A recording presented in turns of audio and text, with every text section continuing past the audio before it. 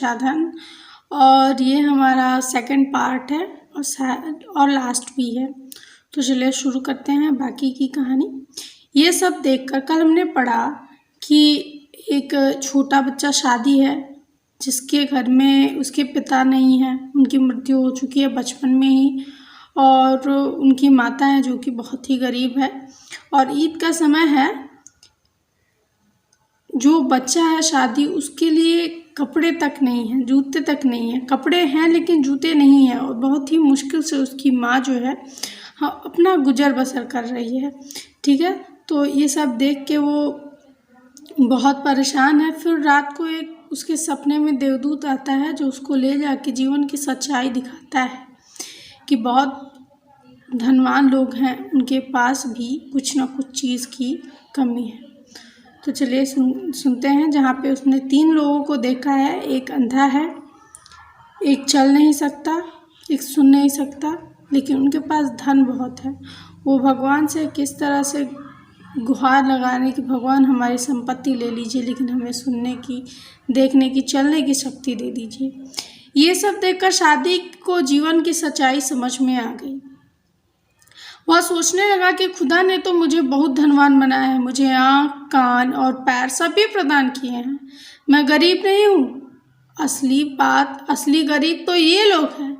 वह देवदूत की ओर मुड़ा तो उसने उसे गायब पाया। जब ये बच्चा रात को सपना देख रहा है और सपने में उन 3 लोगों को देखा जिनके पास अथाह संपत्ति होते हुए भी ना चलने का सुख है, ना सुनने का सुख है, ना देखने का सुख है, वो भगवान से क्या मांग रहे हैं, ये सब देखकर शादी को अपने ऊपर गर्व हुआ कि भगवान ने तो मुझे इतना कुछ दिया है, फिर मैं गरीब नहीं हूँ। और ये सब सोच के जब उसके मन को संतुष्टि हुई तो जब वो पीछे की ओर मुड़ के देवदूत की ओर देखा तो देवदूत वहाँ से गायब हो गया था। तभी माँ की आवाज़ उसके कानों में पड़ी, उठो बेटा, सुबह हो गई है, ईदगाह जाने की तैयारी करो। ईद के टाइम कोई मेला लगता है ईदगाह में। तो उसकी माँ कह रही है कि बेटा उठो, सुबह हो गई है। शायद ये भोर का सपना होगा शादी का। ईदगाह जाने की तैयारी करो। शादी ने आंखें खोली तो रात का सपना उसकी आंखों के सामने घूम गया। जब वो नींद से जगा तब भी उसे क्या हुआ, रात का सपना याद था, उसके दिमाग पे चढ़ा हुआ था।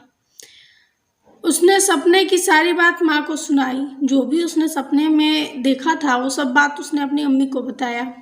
फिर माँ से कहने लगा, अम्मी, मैं नहीं जानता था कि इस दुनिया में इतने बेबस लोग भी रहते हैं जो देख नहीं सकते, चल नहीं सकते और सुन नहीं सकते। मैं तो खुदा से अपने गरीब होने की शिकायत कर रहा था, लेकिन अब मुझे पता चला कि मैं तो बहुत बड़ा धनवान हूँ। मैंने खुदा के विषय में जो बुरा भला सोचा था उसके लिए मैं माफ़ी मांगता हूँ। यही नन्हा शादी बड़ा होकर शेख शादी के नाम से मशहूर हुआ और फारसी भाषा का प्रसिद्ध कवि हुआ। देखिए, भगवान कब किसको क्या देता है कोई नहीं जानता। कल उस बच्चे ने अपने अंदर जो अपने विकार को बाहर निकाला, जो उसने सपना देखा, उस सपने से जो उसने सीख ली, उसी की बदौलत वो बड़ा होके इतना प्रसिद्ध कवि हुआ, अपने आप को इतना मशहूर किया, इतनी मेहनत की। तो किसी के भी अगर आप जन्म से गरीब हैं तो ये ज़रूरी नहीं है कि आपकी पूरी ज़िंदगी गरीबी में ही कटेगी।